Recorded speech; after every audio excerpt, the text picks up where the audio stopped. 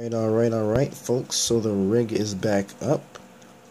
Got the i7-8700K delidded, and still running that same clock speed and voltage which I was running prior to the delid, so I have some temps for you guys.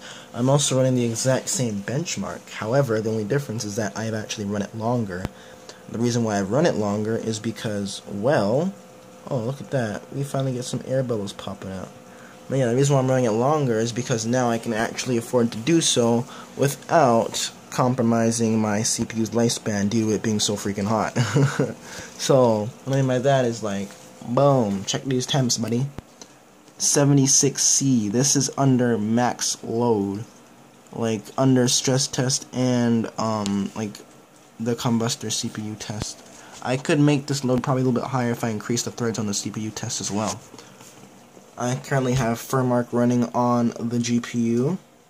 The Firmark has been running for 25 minutes, almost 26 minutes now.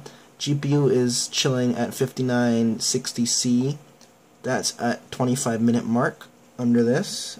And the GPU load bounces around between the 90s. Okay.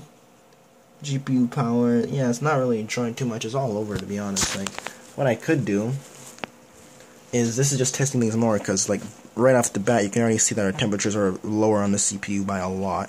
Before I was hitting like 92C, and now I'm hitting like 76C, and that's like what the benchmark running for 26 minutes versus before when I had the benchmark running for like under 5 minutes. So yeah, that's like a freaking huge improvement. I'm gonna go ahead and proceed to close this.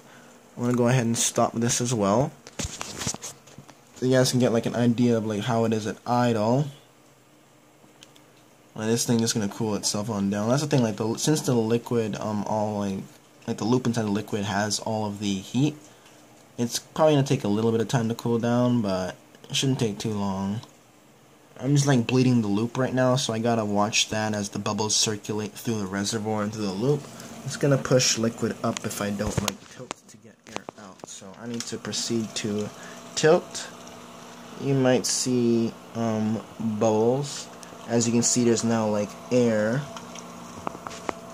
There's now a gap of air in there. As you can see, that's because the air has been pushed out and it's escaping from the reservoir.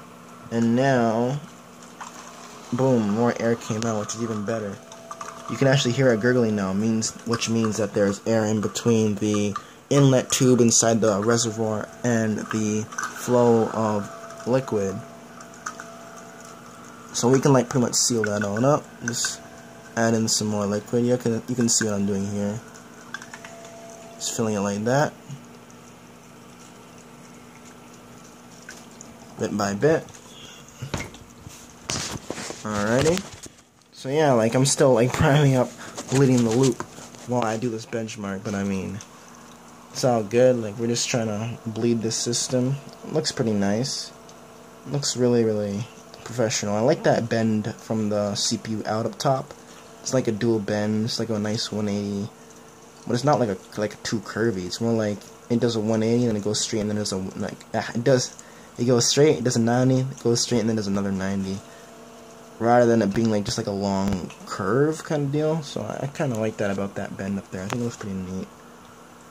I'm gonna change back the custom RGB scheme though, because like right now it's running rainbow on the Asus orgasmic, and it's not bad, but before I had a little bit more custom, so I'll tinker around a bit.